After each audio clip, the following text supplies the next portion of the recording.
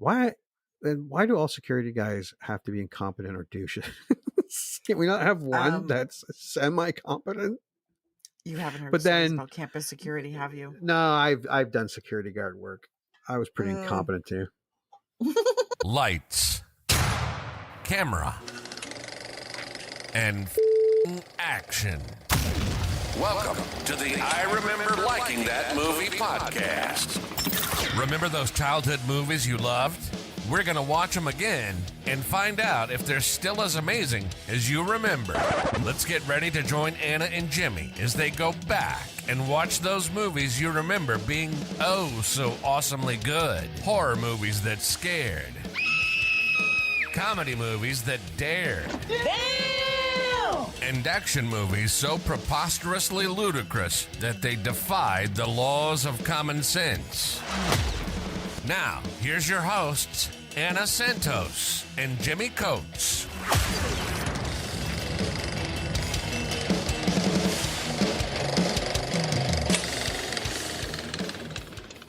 Okay, now 2019 version.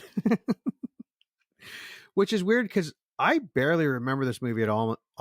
I mean, I haven't seen the movie, but I don't remember seeing ads for it. Like, it wasn't until we started talking about Christmas movies to do that I saw the opportunity to do Black Christmas versus Black Christmas. And then it was like, oh yeah, they made a third one. Yep. I don't know if I'm just not hip anymore and I'm old, but the marketing seemed off. I don't have regular TV, but Yeah. I still see a lot of movies being advertised. And what is really weird, it's Blumhouse. Yeah. And It I remember didn't a get lot a of lot. them. No, because like This Black did not get a Phone lot of came out this promotion. year Yeah. with Ethan Hawke, and I saw that everywhere. Yeah. This one did not get a lot of promotion. No. I happened to see it. Did you go to the theater? No, I didn't go to the theater. It came up actually fairly quickly. From the time that it was released to when it came up was like a super quick turnaround. It was like 3 months, I think, or 4. Popped up on there, and I was like, "Oh, Black Christmas." Mind you, I just scroll through the horror movies on regular to like, because I play movies in the background while I'm working. So while I'm figuring out a voice record schedule for all the cute little preschool shows that I work on, I'm watching someone be murdered. Or I'm listening to someone be murdered more accurately. Weirdly, sounds of murder relax me. So I saw it and I was like, oh, okay, yeah, sure. Like, let me watch some Black Christmas, but I want to see it. So I was like, I'll wait until I'm done work. Watched it that night and I was like, oh, why And you wasn't liked it? this promoted? I loved it. It was so good. Okay, well, we'll get into. I haven't seen it, so you'll be doing the most of the talking for this movie. I'm ready. Okay, so it's 2019, not that long ago. I think everyone can remember a few years ago. Not a lot of nostalgia in this one, but there was no shutdown. This was still a pre-COVID. News reports actually were just starting to mention COVID, and we were like, ha, silly Asian and their wacky flus. No one was taking it serious. They were better times. People weren't asking questions like, why do I commute 3 hours in traffic for a job that's like 20 miles away? Or why don't I sell my house and retire 15 years early? Or should I wear a mask to go to the grocery store? Should I even be at the grocery store when I'm coughing? And I look back and I have done, but I've gone and I'd be like, oh, I had to get some stuff. And they're like, and then the people be like, yeah. Like it was. And then now you're thinking, oh my God, how many people did I infect? They were better times. 2019 was better.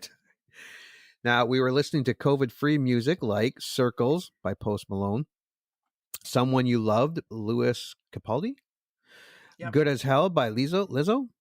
Yep, Lizzo. Memories by Maroon 5.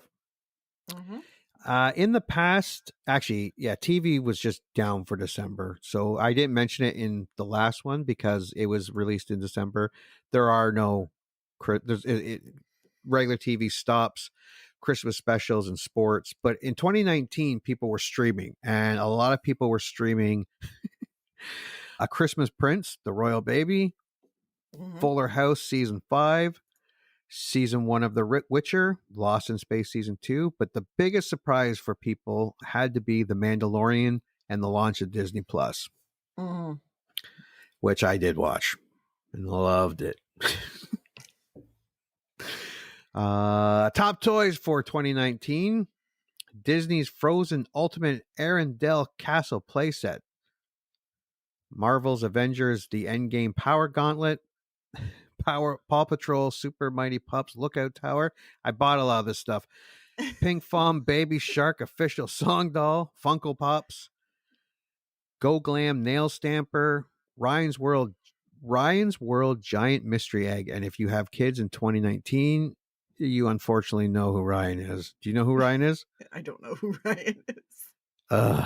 Just be grateful. It's a YouTube thing.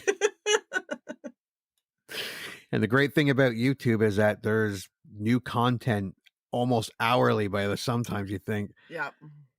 Crayola Scribble Scrubby Peculiar Pets, the Barbie Dream Plane, which we did buy. Your kids probably also wanted, or you wanted, Call of Duty Modern Warfare in 2019, the remake of Resident Evil 2, Luigi Mansion 3, Yoshi Craft World, and Death Stranding. So what were you doing in 2019? In 2019, I was not buying. Well, I think I bought Luigi's Mansion, that game, for my nephew. But that was about it. What was I doing in 2019? I wasn't doing much because I was a little bit antisocial, and this was before the pandemic happened. So then I realized that was my last chance to like hang out with people. You're in training. There wasn't much. I was working, I was living, and we were celebrating Christmas with various dinners and hangouts and gift exchanges and all that crap. It was weird because when I first started doing this one, I was like 2019. That's only a few years ago. It was like what, 3 or 4 years ago. And but then I was like, well, it was just before that spring, everything got shut down, and it was really different, like vastly different, like real estate prices, food prices. Well, at this point, we were just starting to hear about like COVID and what was going on in China, and we were like, oh, hope it stays in Asia. Yeah. That you can keep crazy. It'll never we were just well, because you don't think it's going to become a global pandemic at that point. You're just like, oh, that's so sad, huh? And then you go on about your life. Little did we know that 3 months later, it would change from one day to the next, where all of a sudden you're like, go home and stay there, and you're like, what? I don't understand what's happening.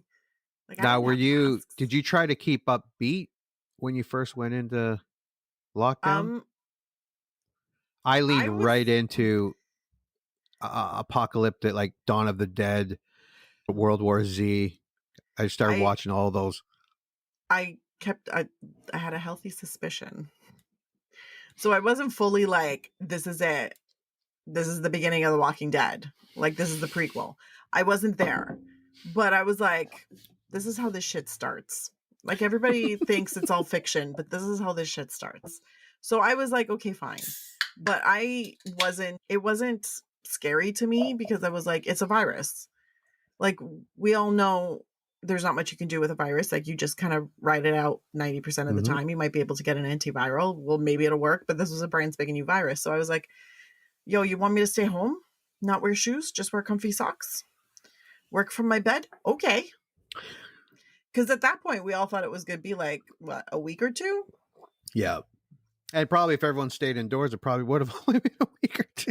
Honestly, if everybody had just like stayed home, if we had done proper lockdowns like they did in like Italy and all of that, I'm like, we would have had that first. Did you see in China when they caught people walking around the streets with a drone? The drone hovered down and just started yelling. Whoever was controlling just started yelling at the people to get back. I was like, guys, that's intense, but I understand it. I think it was in Spain. They had the cops just like driving around, like rounding people up and being like, no, you need to go home. Go home.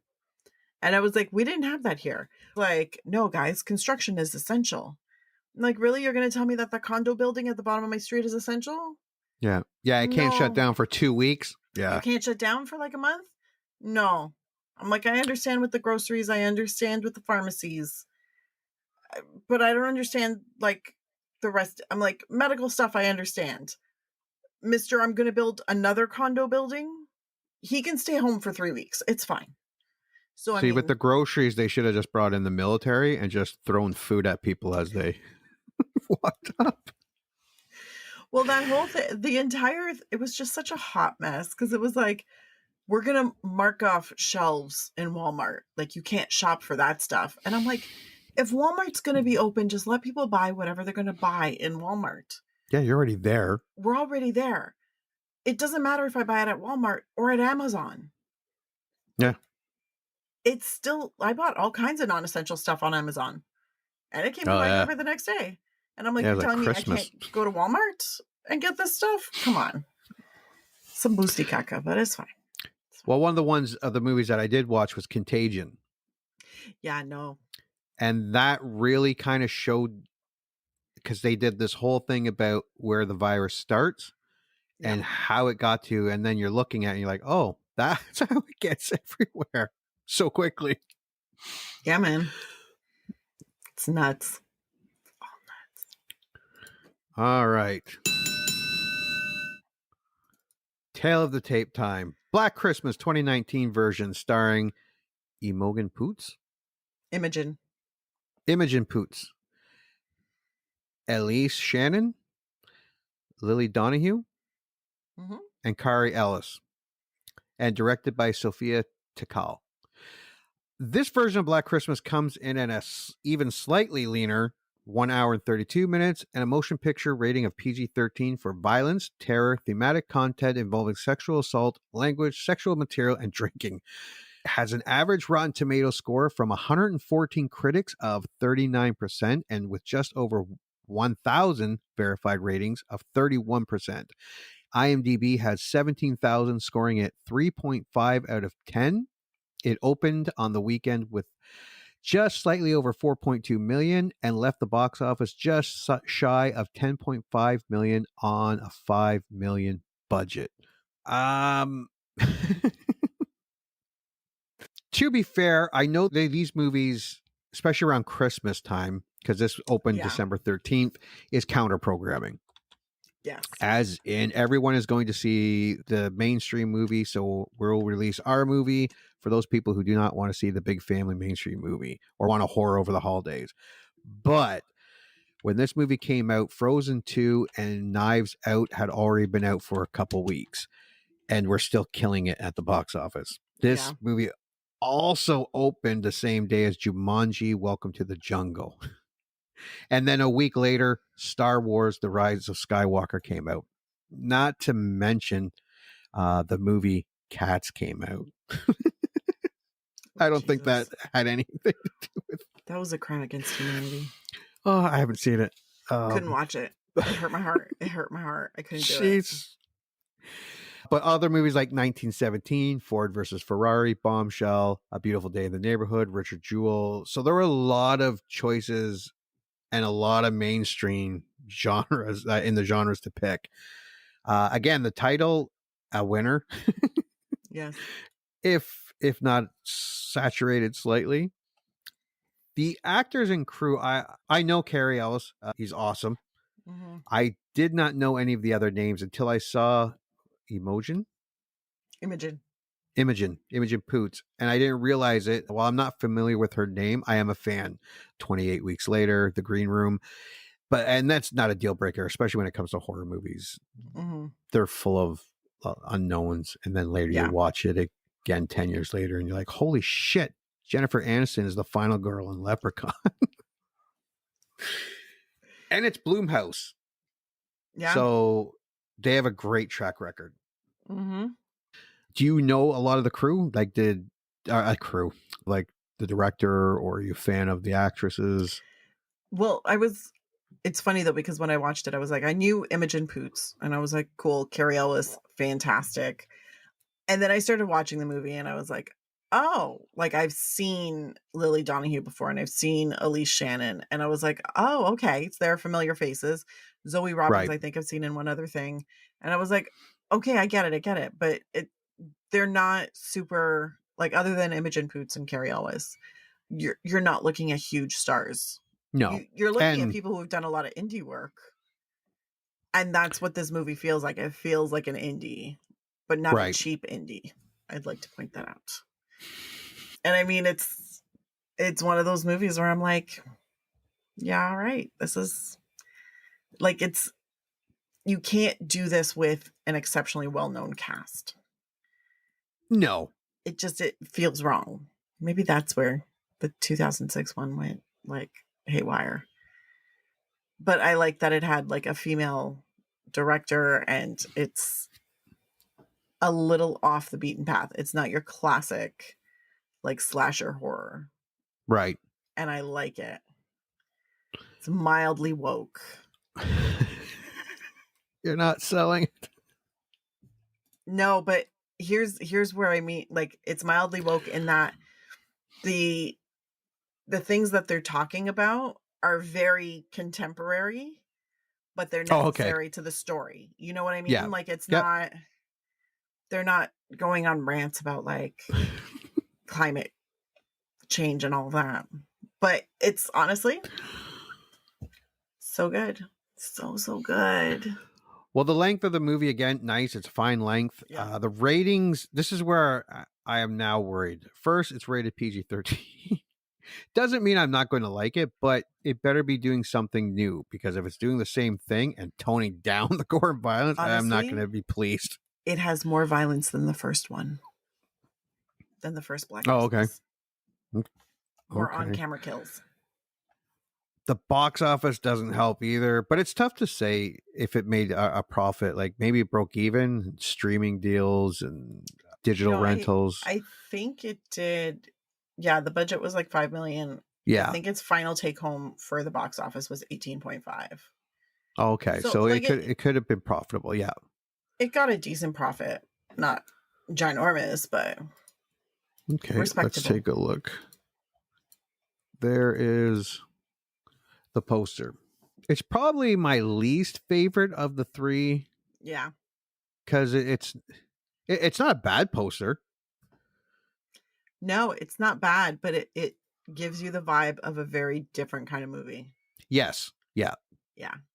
Which can be a good thing. Also, here's a fun little tidbit I think I'll share with you. Apparently, Black Christmas, in all of its incarnations, the original was allegedly inspired by real life murders that occurred in Montreal during the holiday season. Most likely based on the Canadian serial killer Wayne Bowden, who killed 3 women in Montreal between October 1969 and January 1970. I had no idea about that. No, that's makes it even kind of creepier. Yeah, it totally does. Totally does.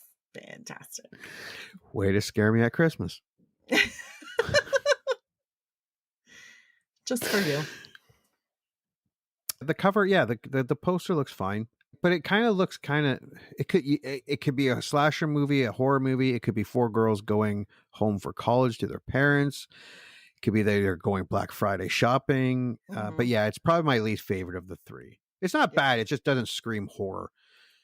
But it wouldn't deter me from the movie. I know I haven't seen it, but I have a house full of kids. The only posters I get to see have cartoon princesses on them or minions. So the taglines on this is, the only thing I could find was Slay Girls. That's it. And they seem to emphasize that it was December's Friday the 13th, like Christmas's version of Friday 13th. Either way, it feels like marketing took a backseat in this movie. 100%. Because no commercials, no tagline, no, I don't know, maybe they're trying to go for, we don't care if you watch our movie or not. Honestly, I don't think they were, because I don't think they were focused on the box office. Because I feel like Blumhouse just doesn't give that many fucks about the box office. He's like, we know it's going to be in the streaming. We know it's going to be in that. That's where the money's really going to come from. I feel like that's what's happening. And it could very well could be. The synopsis is Hawthorne College is quieting down for the holidays as students travel home to spend time with their families. But as Riley and her sorority sisters prepare to deck the halls with seasonal parties, a mysterious cloaked figure starts to leave a bloody trail throughout the campus. Refusing to become hapless victims, Riley and her friends decide to band together and fight back against the psychotic Christmas killer. This synopsis tells me, okay, this movie's going to be different than the other two. Mm-hmm. And that's just where my bits of doubt kind of pivot, because this is sounding like they're taking a completely different approach and not just remaking it. And again, it's Blumhouse, so even their bad movies are better than a lot of horror movies. Very true. Yeah, so that synopsis and kind of does help. It is a very different movie from the first two. Yeah, which is not a bad thing. And I'm sure watching 3 of these in a row, it might be nice to have something different. This one is definitely more of a reimagining. Like, it doesn't follow the exact script. The second one is closer to a remake. Right. It's more rebooty, but with like remake in it. And then this one is definitely a reimagining, which I like. I like the way they did it. Okay, so let's watch this. It's my privilege to teach you this semester. Enjoy your winter breaks and Merry Christmas. What's up, ladies? Excited for tonight? It is our last day of our last fall semester of college ever. Jingle bell, jingle bell, jingle bell, jingle bells swing and jingle bells ring. Can you take a photo of all of us? Of course. Where's Helena? She was pounding vodka sodas earlier, but she looked really good. Cheese. We shouldn't have let her go back by herself. She's fine. Come on, live a little. Across the air.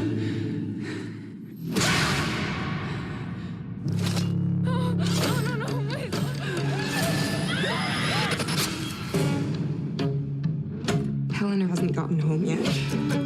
If I were missing, I'd want you to unleash the bloodhounds and track me down. She was at DKO last night. Still creating problems, all right? Hello? Hello? I'm worried that something bad happened. It's winter break. Could just be a delay of some sort. Snow. My friend is missing. 9 times out of 10, the girl's just with a boyfriend. I will bring you to your knees. There's someone in the house.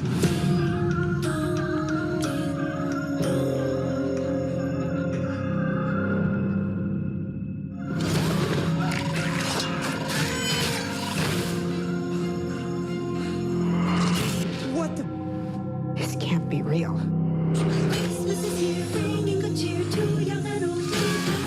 This school has 200 years of history. Many sacrifices have been made to keep our traditions alive. You're all insane.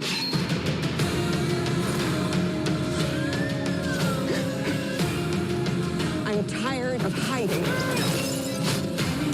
I'm tired of running. Go, go, go, go, go! Ho, ho, ho, bitch. You messed with the wrong sisters.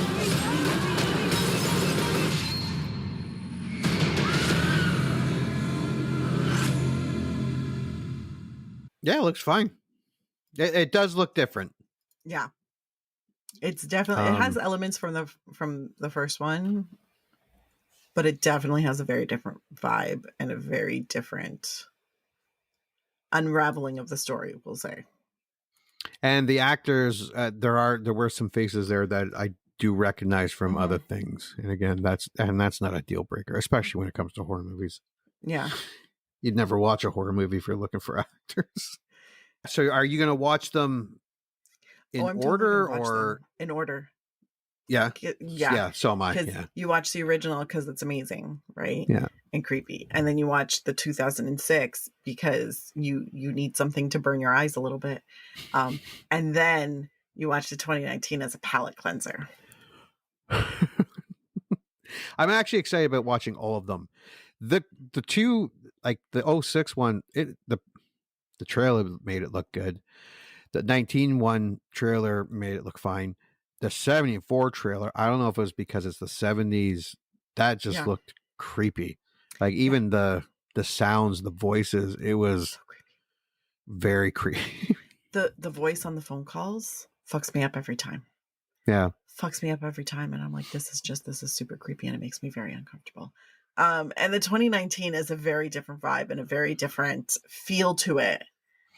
But I loved it. And it had such a good, I was like, this is a good reimagining of it, like an update for the 74 right Christmas. Well, we're going to watch Home Alone tomorrow, so now it looks like we're going to be watching Black Christmases. I have 5 girls, so this would be good life lessons. Yeah. Honestly, What not the to 2019 one, I'd be like, I'd show the 2019 one to young women and be like, let's talk about this. There's so much to unwrap.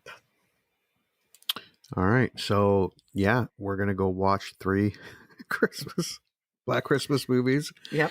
And then come back and see if they're still good or if they're good for me and which one's the better one.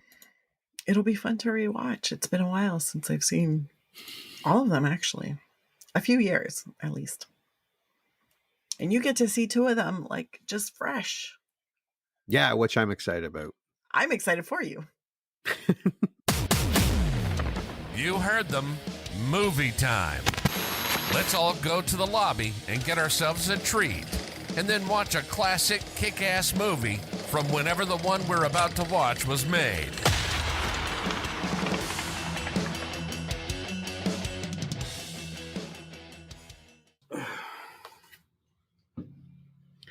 All right. Black Christmas 2019. Woot woot. Okay, so initial thoughts. I love this movie. I love it. That's my initial thought. Saying they said something different is kind of an understatement. It was almost like they slapped Black Christmas on this movie as an afterthought. I think it would have done better and been better received if it had a different name, because it didn't. It really went unnoticed. I don't know how much of it, because I think it kept the most important parts of Black Christmas.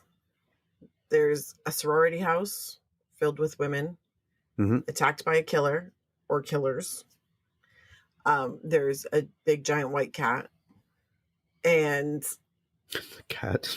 Yeah, I forgot about the cat. Yeah. The cat, I was like, that's a fucking giant. I made a note about that. I was like, that's a big cat. And I think from there, it kind of literally went, okay, but what if this happened today? And I think that's where all the changes kind of happened. I think it stayed to the spirit. See, it was almost like the 5th or 6th horror movie sequel when they're like, well, where do we go from here? Someone goes, I know, like a supernatural cult. One That guy's threw like me for a loop. I'm not going to lie. But the first time I watched it, I was like, yeah. Is that where we're going? Oh. And there was probably one guy that was like, what the fuck does that have to do with Black Christmas and Billy? Well, we set up a sorority at Christmas, and that guy who brought up that point got fired. But they didn't make it a bad movie. No. It just disappointed me. I really thought I was heading back to the same story. I just watched the other 2 right in a row, right? But when I look back at it as just a movie, it was a slasher / actiony type movie. It had a great message. I think some would categorize it as being too woke. I disagree. The message was loud and clear, though, and it was the right message. Rape is not okay. I think that's a great message. Violence toward women is not okay. Also concur. It had mystery that kind of followed Black Christmas. It had some tense moments and suspense, and then said, "Fuck it, we're going to go." Instead of going off the rails, they just embraced its ridiculousness.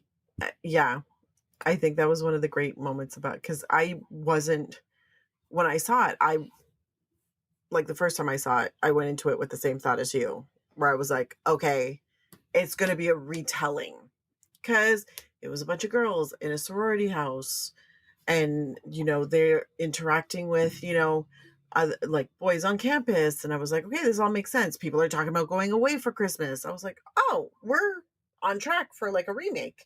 Yes. And then it started to move off to the side, and I was like, oh, we're not doing the original one anymore. Oh, this is a new movie, but still with that, it's Christmas time at the sorority with all of the girls. Some are going away. Someone's killing them. But the details are a little bit different. I was like, oh, this is new. Let's watch and see what happens. Yes. Yeah. The ridiculousness wasn't by mistake. It was totally on purpose. Yeah. Pros of this movie, the pros of the movie. I think it touches on a lot of current issues without being like quintessentially woke or preachy. It's not a unifying thing where everybody thinks the same way, you know, and it's not like all women are preaching the same. Like, there are a couple who are like, we should take that down. We shouldn't talk about this. You know, I don't want to be in front. I don't want to talk. I don't want to push this. And, you know, you see the difference in the way men are kind of reacting. I thought that was great. Yes. I agree. My pros was this was an actual movie. I know that sounds a bit underwhelming, but after watching the 2006 version, it's definitely a pro. No, I get you. It was well acted. It was shot sense. well. It sounded good. Yeah. How about cons? Cons, it felt more action movie than horror movie. And that was super disappointing to me. Don't get me wrong. I still enjoyed the action and I still liked the movie, but I wouldn't necessarily classify it as a horror movie. I agree. I'd be more like thriller action as opposed to horror. My con was, I felt it was Black Christmas in name only. Again, it's not that it didn't make it a bad movie. I was expecting Black Christmas, and damn it, I didn't get Black Christmas. Well, it's funny because the first Black Christmas, obviously Black Christmas, and then the second Black Christmas, the 2006, used a lot of the same elements. Very, very similar. Let me rephrase that. A lot of the same content items from the first movie. And then this movie is just like, look, we're going to take the initial premise at like a bunch of sorority sisters just before Christmas break. Some are staying for Christmas break, some are going, and they're going to start dying. And that's it. And then that's where the similarities end. So it's all very like, oh, this is kind of a new movie, but kind of not. All right, let's go to the overview. All right. While walking home, Hawthorne College student Lindsay is murdered by a trio of masked figures. This was a good scene. Like it already sets it up as a different movie while still convincing you it's Black Christmas. It's tense. It was a good scene. The rest of Hawthorne College is preparing for the holiday break. Riley, a student at the college, MKE sorority, is still struggling to move on from being raped by DKO fraternity president Brian, which no one besides her close friends believed her about. I thought they portrayed the whole backstory of what happened to Riley really well. Like, it was terrible and horrifying without getting all like, what was that movie? The Accused. Like, it was focused enough to bring it to light without making you feel really uncomfortable. Yeah. Her sorority sisters, Chris, Marty, Jesse, and Helena, are taking part in the DKO talent show with a dance choreographed by Riley. Riley gives Helena her lucky comb. Meanwhile, Chris has drawn the ear of the DKO fraternity and Professor Gelson due to her creating a petition requesting that university founder and notorious misogynist Caleb Hawthorne, his bust is moved away from the main building, and another requesting that Gelson is fired due to his refusal to teach books written by women. I think they do a good job, and Carrie Ellis. Yeah, Carrie Ellis. does a great job at earning a bit of sympathy. Like that whole speech of him reading the essay that's written by a woman and confessing that he's only teaching what is on the curriculum. I mean, you would have seen all this before applying to college, like what the curriculums were about, I would think. No? Not necessarily a detailed list. Usually they'll highlight a few items in the description, but Right. a lot of times you'll get your syllabus and the list of what you're supposed to read, especially if you're doing like studying fiction or literature. They'll give you that whole list the first day of class. And this is an argument that has been discussed sometimes a for a little more while. violently in academia for decades, where it's Yes. like, why are all the classics by white people and why are the majority of them by men? Like there are a few where you're like, and here's your token woman, but she's still white. So I kind of understand. And Carrie Elwes, as the professor, has the same argument that every academic institution has. Well, these are the classics, so we're just teaching them. These are the established classics. So that's what we're teaching. It's not my fault the classics are all by white men. It is what it is. You can't be mad about that. If you want something about written by women, go into women's studies. So this is the argument that's been good. So, but I love like the back and forth, and I love that it's shown. Like you could get into a whole discussion about internalized misogyny and women who uphold the patriarchy. We could have that discussion. We're not going to though, because that's really fucking long. But what I am going to say is it's true. A lot of, especially like, I don't want to say that 19-year-olds don't know a lot about the world, but 19-year-olds don't know a lot about the world. So when they're confronted with something like that, they're like, well, shit, I don't have the argument for that yet. If I was in that class, we'd be having a different discussion. Yeah, because my next note is Chris comes across as a very typical kid picking a fight with not a whole lot of life experience. Not that she's wrong. Like there's a valid argument. Yeah. She just doesn't know how to do the gotcha to the professor yet. But they played it smart. They didn't make Professor Gleason out to be this monster screaming, women should be in the kitchen plopping out babies. But he had a gotcha moment. He had a gotcha moment with, you think you're so smart. Here's me proving the point that even women think men should lead. Right. So, I mean, it's a nice little back and forth. And I love that because I'm like, see, this is how discussions always go. Now, while at her job at a coffee shop, Riley learns that Brian will be back in town to oversee the talent show. Why does every guy that belongs to a fraternity in a horror movie have to be a douche? Like even the guy that came into the coffee shop. I know it serves a purpose, but if a filmmaker out there, just flip the script once, make the frat guy a hero, or at least a dude that tries to help. You have not hung out with very many frat guys, have you? No. Are they all douches? I went to Western for a year, Western University. That's what they call it now. And I saw a lot of frat boys. So they're all douches. Oh, for the most part, yeah.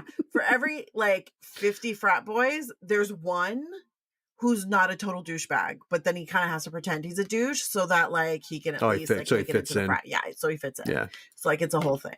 But go on. Now we're gonna get angry letters from frat boys. She also meets Landon. Sorry, go ahead. She also meets Landon, a friendly boy who takes a liking to her. The group arrives at the DKO fraternity where Riley catches a glimpse of a strange ritual involving new pledges for DKO and a black goo leaking out of the Caleb Hawthorne bust. It was at this time where I kissed any hope of a Black Christmas original reboot. Goodbye. So now I'm a little pissy while watching it. Yes, there's no Billy, there's no Agnes. No, at that point I was like, Billy's not coming. Yeah, no. She also stumbles across Helena about to be sexually assaulted by one of the frat boys. Riley intervenes and sends a tipsy Helena home. Riley takes Helena's place in the talent show, and upon seeing Brian in the crowd, performs a song with her sorority sisters, blasting the rape culture at the fraternity and stating that Brian did rape Riley. At first, I thought she was freestyling, that wasn't part of the. Wow, she's good. But then I realized that's what they were going for. That's what the whole thing was for, and I have to say, it was a catchy tune. It was a very catchy tune, and I was like, yes, girl, sing it. Yes. Like, I'll be honest, when they had it playing at the end of the movie, I might have sang along. The girls leave in high spirits and Riley bonds with Landon. Meanwhile, back at the MKE house, Helena is abducted by Lindsay's attacker.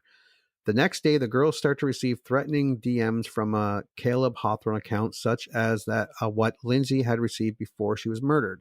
Mm-hmm. Meanwhile, sorority sister Fran is also killed by the masked man. I liked Fran. Me too. I was so mad when she got murdered. I was like, girl, you're one of my favorites. Concerned that Helena, and then they just left her out on that on the little trellis, balcony thing out balcony the window. thing, yeah. I was so extra, but let's give points to the movie. We care. Yes. Yeah.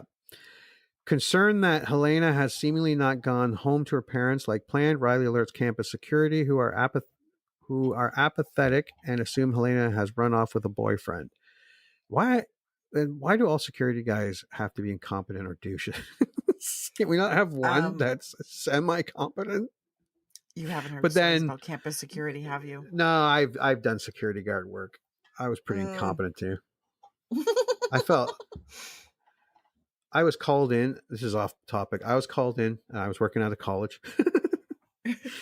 And they're like, some college kids wrecked the arm that goes up and down for the cars. They didn't have their pass to get out. So they got out and ripped the thing. And they're like, you didn't see that? I'm like, oh, I didn't notice it. There's like 30 monitors here. So they played back a camera on me watching, or looked like I watching, but it was quite obvious that I was leaned back in my chair with my feet up on the desk and I was sleeping. As these kids were ripping. They showed it to me in a split screen of me sleeping and these kids. Like, I was only like 23. Oh my God. And I didn't even get fired. That was the best part. You didn't even get fired for that? No, because I always make them laugh and stuff. So they're like, we're not going to fire you this time. Jesus Christ. Well, this is also off topic, but whenever I would work at Dufferin Mall, which already says something about this story, a lot of the security guards there all had this deep, deep dream of being a police officer. But 90% of them who had this dream failed the entrance, like interview, exam, whatever you have to do to get in. They got denied. So they're working security, acting like they're cops, which is hilarious. And I was like, you guys are not like okay, like mentally. No, I've worked with some of those people. I'm afraid. Yeah. They're not. I'm pretty sure it's the psych test that they keep failing, and I'm like, this is not a good time. But that's the security guards I know. I was under no illusion.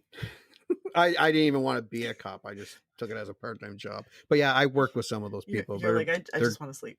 Yeah. Yeah. They're intense. Well, it's their fault. They put me on the midnight shift. Okay, so back to the story. Meanwhile, sorority sister Fran is also killed by the masked man. Concerned that Helena has seemingly not gone... Oh, I already read this, didn't I? After a strange encounter with Gleason outside the DKO fraternity, where she finds a list of the MKE girls among some papers he dropped, Riley returns home. Again, Professor Gelson comes across, I don't want to say sympathetic, but either clueless or harmless. You know he's not, but he doesn't come across as a mastermind or... He comes across weird, but not threatening. Yes. Yeah. Concerning, but not threatening. No. Concerning enough not to go in the house alone with them, but... Concerning enough to not want to be alone. Yeah, but not overly. But not threatening enough that you're actually afraid. You're just like, something is wrong in this situation. I don't know what it is. I don't know what the danger is. I don't even know that there is danger, but I'm not comfortable with it. Yes. Marty and her boyfriend, Nate, have an argument and she kicks him out of the house that night, while Riley and Chris argue over the fact that Chris has uploaded the talent show video online and Riley now fears retaliation from members of the fraternity. Jessie goes to the attic to get some Christmas lights and is murdered. Her body left in the attic. I kept waiting for the killer to pop out when she was checking for the lights. I'm like, now he's coming. No. Now he's coming. No. Now he's coming. Well, maybe. There it is. It took a while, but I'm like, maybe he's not coming. But he did. Honestly, I did have a moment of, oh, are we not killing her now? And then I thought, maybe she's going to live. I was like, oh, that was a surprise. Well, it's not a surprise. Like, you expect her to die, but you're like, I was starting to doubt myself there for a second. Riley, Chris, and Marty receive more threatening messages before being attacked by a bow-wielding assailant who injures Marty. Yeah, so instead of the phone calls, they went with the texting. Yeah. Yeah. Which I gotta say, I did like it just because of the noise notification that they had on the phones was a soft, gentle ting. Yeah. And you're like... Yeah, it made it more disturbing. But it was good to see them use technology to, rather than, because they're not going to have a phone ringing and... Yeah. They probably wouldn't even know what it was. The girls lock themselves in a room and Riley ventures out to retrieve her phone. Good on her. Again, you'd have to do a little more convincing to get me to get the phone. I'd be like, bitch, I can stay and put pressure on the wound just as good as you can. Meanwhile, Chris goes to the attic to warn Jessie and discovers her body. Like, it didn't dawn on her that Jessie has been gone in the attic for quite some time. Maybe, just maybe, she's dead. But good on them for looking out for their friends. My friends wouldn't be so lucky. Nate arrives back at the house looking to apologize and is promptly murdered. Yes. I like how we go forward and explains Nate's macho reaction. I did like him, though. I was kind of sad that he died, but I like how they explain, because he was acting weird and there is an explanation for it. Yeah, I was kind of sad that he died because I was like, we're never going to get a redemption arc for him. Like he doesn't get to be present. No. When they explain why he was acting like a douchebag. Yes. Yeah. Riley then uses Nate's car key to kill the masked man. She reunites with Chris and Marty, and they are attacked by two other masked men. Marty is gravely wounded, but manages to buy Riley and Chris enough time to hide in the kitchen before dying. I really hope, put in the same situation, I do something brave and selfless. You won't. No. No, because I would probably play dead.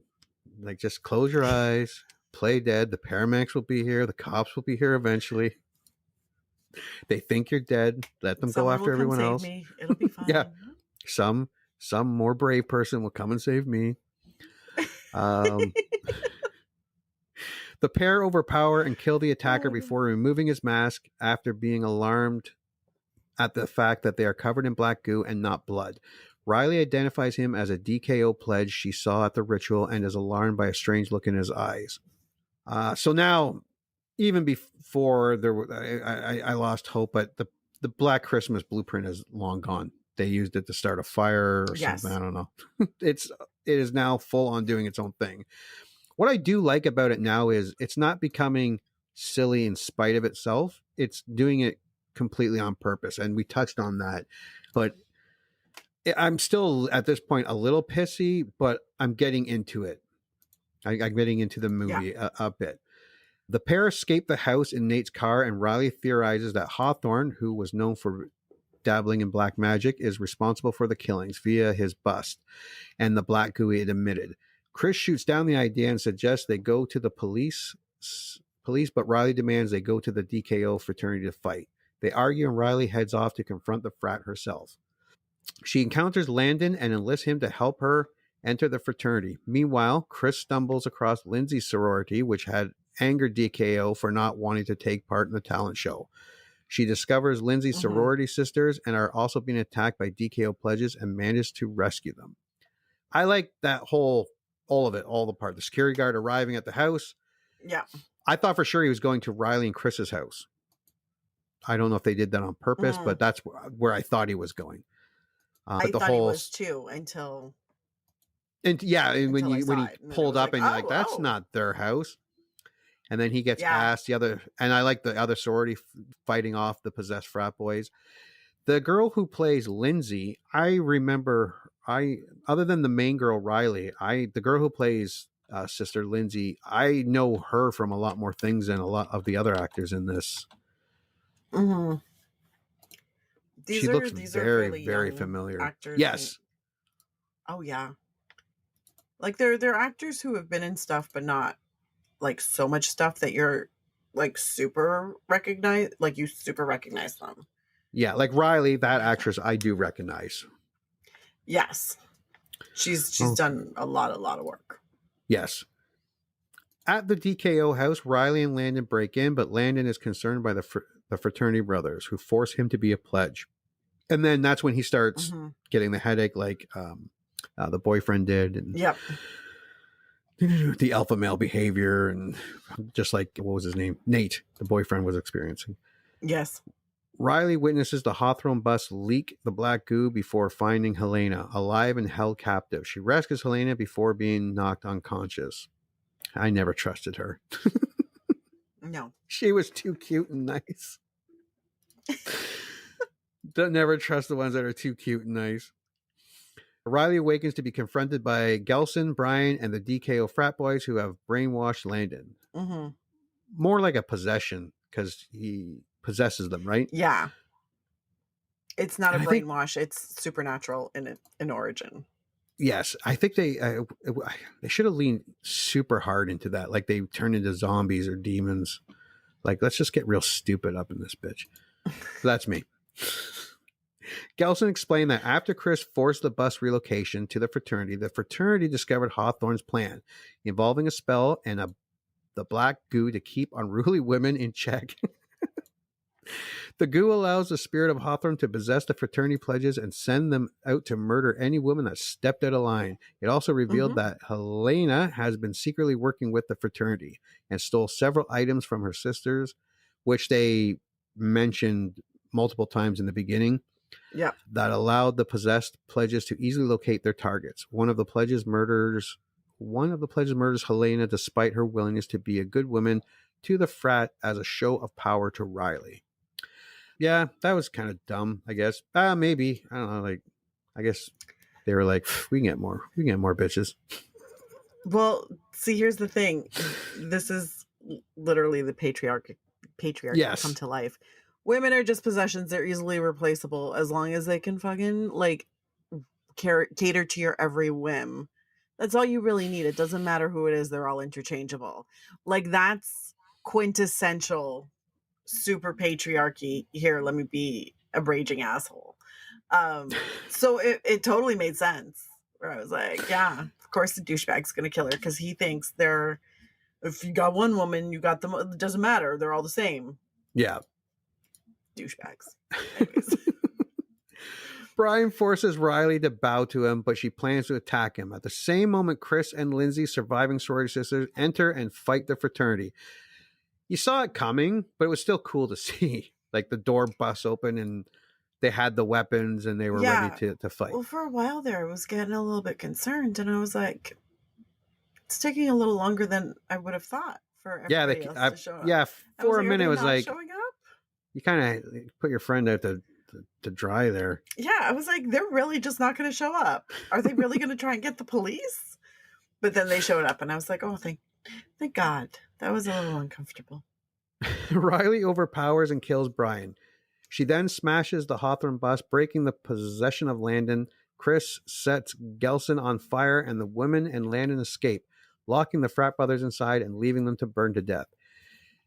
They did realize that some of those guys could have been just possessed, just like Nate and Landon were, right? I guess it's better realize. Just, like, they might not have been douches, but better safe than sorry.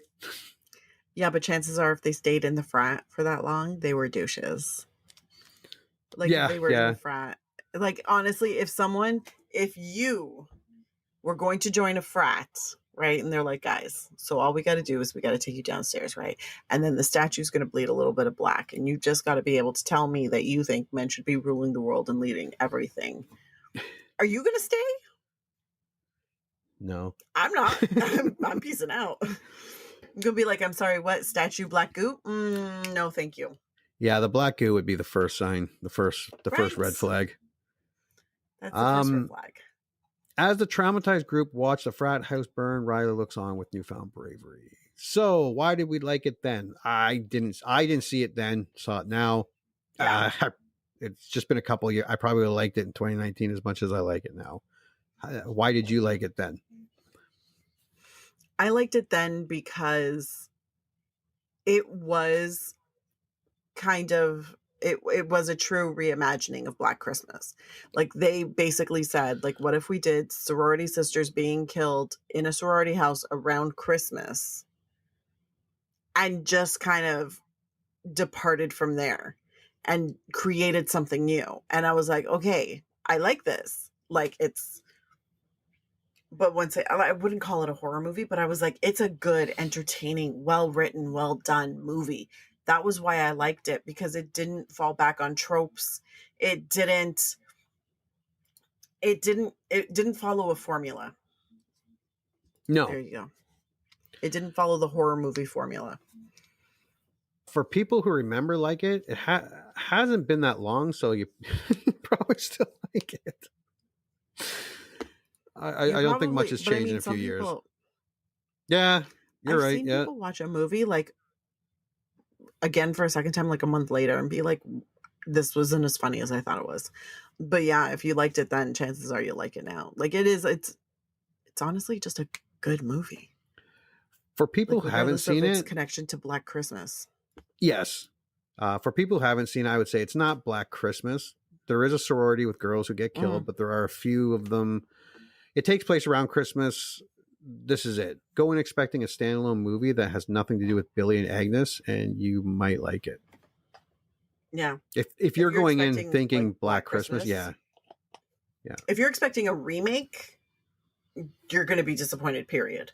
Yeah. But if you're willing to be like, okay, it takes like the nugget, the kernel of Black Christmas origins, and then goes in a different direction, then you're good. Do you want to do your score and your reasoning? Sure. So basically my score, because I love this movie, man. I give it probably an 8.5. I loved it the first time I saw it. Loved it now. It is very contemporary in a lot of its themes. It's also just quality work. Acting is on point. The cinematography is on point. The writing is really great. There's a lot of subtlety to it. And I'm like, I would watch it again, no problem. I kind of agree that, I mean, people, if you're expecting the original, like, I was pleasantly surprised when I watched it. And I was like, oh, it's not going to be like the other Black Christmases. I wonder what they're going to do. But yeah, no, it's just a good movie, like a quality movie. That's it. Okay. So my Black Christmas 2019 is not a remake or a reboot or a sequel. It is a loosely, and I mean barely, hanging on by the last string, like having the same name and being set around Christmas, like loosely based on Black Christmas from yore. Coming in thinking you're about to watch a reboot or a remake, you're going to be sadly disappointed. Take it as a standalone movie that just so happens to have the same name as the other movie and the other movie. That way you will be treated to a slightly above average horror, more action movie that has a great message and silly delivery. Don't worry, the silly is on purpose, and this movie embraces it. It has above average acting. It's serviceable in every department, although it isn't doing anything new or extra. The PG-13 might scare gore fans, and they would be right. Not a lot of gore and a little light on the jump scares. This is a PG-13 horror / action film, but again, it's serviceable. I give it a 6.5. I always love a little action or horror with my holidays. And since I rarely watch the same movie 2 years in a row, this one will probably be seen sooner rather than later. And I think because I was disappointed wasn't Black Christmas. So this can honestly be one of those movies when I watch it again, I might like it even more, because as disappointed as I was, I still liked the movie. I didn't think it was. Yeah. But again, like I said, I was disappointed. But I will definitely watch this again. And I think it could be one of those ones where, I might dig it even more than I dug it the first time around. That I think is very, very possible. Just because, like, I don't want to say I was ready for the left turn, but when I was watching the movie, I was like, oh, we're not doing that? Oh, I wonder what you're going to do. Like, it was very much like, I wasn't disappointed. I was just a little surprised. So I was like, okay, let's see where we go. And I really like the direction that they took. And I was like, this is super contemporary. This is super, like, it's a well done movie, but still has action. You still laugh occasionally. Great banter, great writing. And I was like, there's a good on-screen chemistry between everybody. And I was like, this is actually really good. Also, Carrie Elwes. I always like him. And like, I was like, you know, I know you from like Princess Bride and Robin Hood Men in Tights. Like, that's the image I have in my head of him. And now I'm like, now you're the guy who I would not let buy me a drink at the bar because I'm pretty sure you're going to slip something into it. I was like, this is really good. So I think that's, I think it has a lot to do with expectations and what you go in with. And if you're expecting like a horror movie that is just a remake of Black Christmas, you're going to be a little disappointed. But I do think this is a quality horror action movie that you can definitely watch with your teens. And chances are, if they're Gen Z, they're already having like half of these conversations without you, and you're just going to seem a lot cooler if you watch this movie and then you talk about it with them. I'm just saying. But yeah, no, I really love it, and I think everybody should watch it. But if you are looking for a good Christmas horror movie, better watch out. It is on that's on my list on Amazon Prime. I fucking love that movie. It's another one that surprised me. I thought it was going to follow a formula. It did not follow the formula, and I was like, this was fucking genius. Thank you guys. No, so I'm going to watch that one, Krampus. Yeah, Krampus this year, and the William Shatner one. I'm going to watch again. I haven't seen that in a couple of years. I haven't seen Krampus in a couple of years. I should put that on the list. Yeah, that's a good one too. No, so all three of those movies. Wow. The original was definitely my favorite. The original for me felt like a real horror movie because it made you afraid. It put you on edge. It made you uncomfortable, and it made you think about every sound that your house makes. Yeah, in 2022. The 2019 one? The end of 2022. Exactly. The Black Christmas 2019, it's a good movie, but I feel like it's more action thriller than horror. Yes. But still great. Still a lot of fun. And 2006. Yeah, that clusterfuck of a thing. But yeah, I said I will watch it again. And it'll probably be in a couple years, and I'll probably watch all three of them. Not as back to back as I did this time, but over the holidays, I can see myself watching all three again.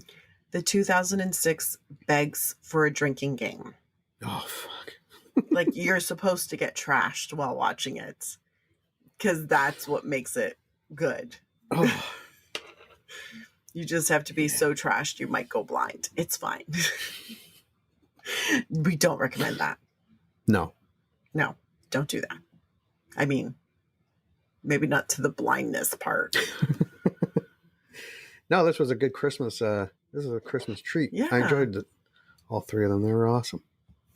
It was a good time. Definitely a good time. Congratulations. You just had one of your childhood movie memories vindicated. Or they just eviscerated it. I don't know. This is a generic one-size-fits-all type of ending to the podcast. So thank you for listening, and please join Anna and Jimmy next time for another episode of the I Remember Liking That Movie podcast. If you dare to go back and watch that movie you remember liking,